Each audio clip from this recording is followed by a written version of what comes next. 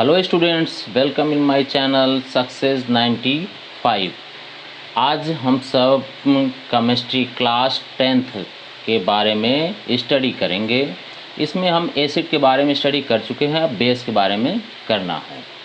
देखें इसमें कि those chemicals which form OH ions in the aqueous solution is called base. मतलब कोई भी केमिकल जब वह जलीय सॉल्यूशन एक्वास सॉल्यूशन बनाया जाता है, जल में घोला जाता है, तो उसमें से OH माइनस आयन निकलने लगता है। इसी को बेस कहते हैं। H प्लस आयन निकल रहा है तो एसिड है, और OH माइनस निकल रहा है तो बेस है। दूसरी पहचान इसकी यह है कि टेस्ट में यह बीटर होता है, कड़वाहट इसमें होती है, जैसे करेला का स्वाद, नीम का स्वाद। और तीसरा है लिटमस पेपर को यह रेड से ब्लू कर देता है, लेकिन अगर ब्लू है तो उसको नहीं कन्वर्ट करता है किसी कलर में। एग्जाम्पल, वॉशिंग सोडा बेस है, बेकिंग सोडा बेस है, सॉप बेस है, यह सब चीज़ें बेस हैं। आर्हेनियस थ्योरी कहता है कि OH माइनस निकलना ही बेस कहलाता है। एग्जाम्पल में कुछ बेस यहाँ पर हैं कि NaOH sodium hydroxide, KOH potassium hydroxide, calcium hydroxide और मैग्नीशियम हाइड्रोक्साइड। तो यहाँ पर सोडियम प्लस आयन में OH minus ion, OH minus ion, OH minus ion, अगर कहीं पर भी OH माइनस आयन वो निकल रहा है तो इसका मतलब वो बेस है। एल्कालीज लेट कर लेते हैं कि इस गोले के अंदर बेस रखा हुआ है, इसमें बेस रखा हुआ है। अब बेस में से कुछ को डाल दिया गया वाटर में, जो कि उसमें अच्छी तरह से घुल जाता है, सॉल्युबल हो जाता है। और जब घुल गया, जो केमिकल बेस के केमिकल घुल जाते हैं उन्हीं को एल्कालीज कहा जाता है, लेकिन जो नहीं घुल पाते हैं उनको केवल बेस ही कहा जाता है। तो वाटर में जो घुल जाते हैं बेस, उनको क्या कहा जाता है? एल्कालीज। उसके बाद इसमें कुछ मेन पॉइंट है जिसको कि आप देख लीजिए कि कंसंट्रेटेड एंड डाइल्यूट। तो कंसंट्रेट क्या होता है?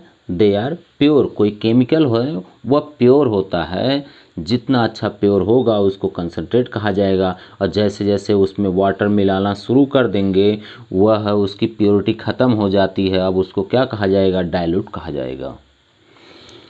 अब डाइल्यूट बनाने का प्रोसेस एक होता है, डाइल्यूट बनाने का एक प्रोसेस होता है कि एसिड है, अगर इसको डाइल्यूट बनाना है, अभी कंसंट्रेट है, इसको जो है कि डाइल्यूट बनाना है, तो क्या करेंगे कि उस एसिड को वाटर में थोड़ा थोड़ा करके मिलाना शुरू करेंगे, क्योंकि जैसे ही वाटर मिलाया जाता है उसमें से हीट इंक्रीज होती है। कभी वाटर को एसिड में नहीं मिलाया जाता है, क्योंकि अचानक जब एनर्जी जो है उसमें से हीट इंक्रीज होगी तो वहाँ पे ब्लास्ट हो सकता है। अगला point, type of bases. Bases कितने टाइप के होते हैं? 2 टाइप का। एक होता है स्ट्रॉन्ग बेस एंड दूसरा होता है weak base.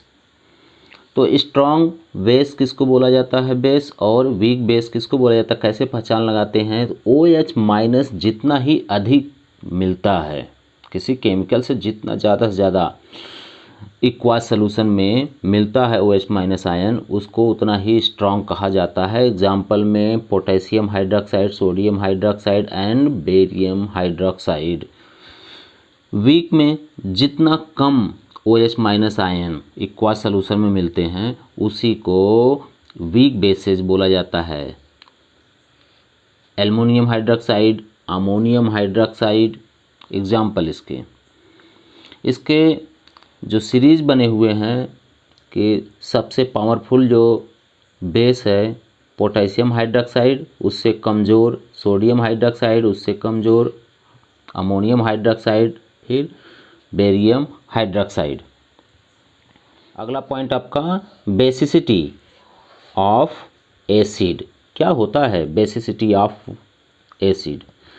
H plus ion, number of H plus ion in one atom of acid.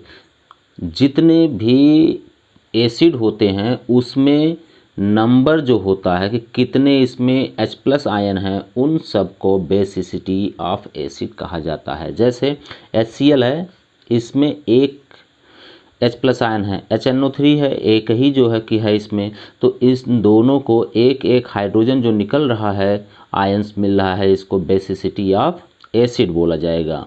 तो एक आ रहा है तो मोनो बेसिक, दो दो हाइड्रोजन अगर आयंस निकल रहे हैं हाइड्रोजन के तो उसको डाई बेसिक, तीन तीन निकल रहे हैं तो उसको ट्राई बेसिक कहा जाता है। तो जितने हाइड्रोजन आयंस मिलते हैं उन्हीं को बेसिसिटी ऑफ एसिड कहा जाता है। अगला पॉइंट आपका acidity of bases. Acidity of bases, इसमें क्या होता है एसिडिटी में कि OH minus ion, number of OH minus ion, जब इन एक एटम में देखा जाता है कि कितने OH माइनस आयन मिल रहे हैं हमें, तो उनको एसिडिटी ऑफ बेसेज कहा जाता है। NaOH में एक OH है, KOH में एक ही है, लेकिन CaOH होल ट्वाइस यहाँ पे 2 OH है, यहाँ पे 3 OH है, तो इन OH को क्या कहा जाएगा, नंबर ऑफ OH को एसिडिटी ऑफ बेसेस, कि एक एटम में जितने OH माइनस आयन मिलेंगे उसको एसिडिटी ऑफ बेसेस बोला जाएगा।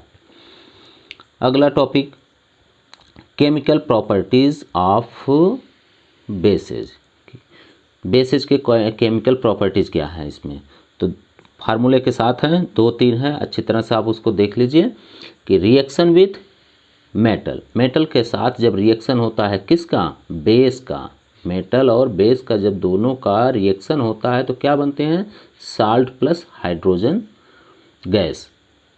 एग्जाम्पल में मेटल में जिंक, बेस में सोडियम हाइड्रोक्साइड, जब इन दोनों का रिएक्शन होता है तो salt Na2ZnO plus hydrogen gas ये बन जाता है। सेकेंड है reaction with non metal, non metal के साथ जब रिएक्शन होता है तब क्या बनता है, तो non metal base plus non metal और उसके बाद साल्ट, और यहाँ पे वाटर बनता ज़रूर है, नॉन मेटल के साथ वाटर बनता है और मेटल के साथ हाइड्रोजन। तो बेस में कैल्शियम हाइड्रोक्साइड, नॉन मेटल में कार्बन डाइऑक्साइड, अब यह कैल्शियम कार्बोनेट एंड वाटर बनाते हैं।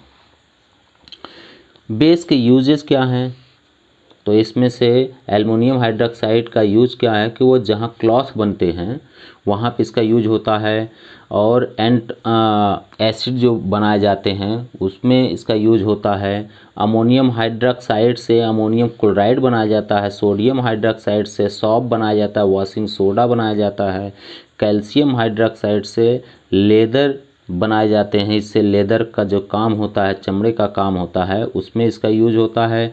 और प्योर वाटर करने में किया जाता है, जैसे समुद्र का जो वाटर होता है वो प्योर नहीं होता है, बहुत ज़्यादा खारा होता है, तो उसकी प्योरिटी बढ़ाने के लिए, वो पीने योग्य बनाने के लिए किसका यूज करते हैं, कैल्शियम हाइड्रोक्साइड का यूज करते हैं। कुछ खास पॉइंट इसमें है, जैसे टूथपेस्ट, इसमें बेस होता है, टूथपेस्ट में बेस क्यों मिलाया जाता है, तो हम जब खाना खाते हैं तो ज़्यादातर उसमें एसिड की मात्रा होती है, और अगर मुंह खाना खाने के बाद अच्छी तरह से मुंह को साफ़ कर लिए तब तो ठीक है, नहीं करते हैं तो जो एसिड होता है वह दांत के चारों तरफ एक लेयर बना करके दांत को नुकसान पहुंचाते हैं, जर्म्स तैयार हो जाते हैं। अब उस जर्म्स को मारने के लिए टूथपेस्ट करते हैं तो उस पूरे लेयर को वह फिर से ख़त्म कर देता है। बीज जो होती, मधुमक्खियाँ होती हैं, चींटी होती हैं, कुछ आंट होती है, ये जब काटती हैं तो इनके अंदर से फार्मिक एसिड निकलता है, ये बहुत ही कष्ट देता है। उस समय बेकिंग सोडा अगर लगा दिया जाए तो उसके दर्द काफ़ी कम हो जाते हैं।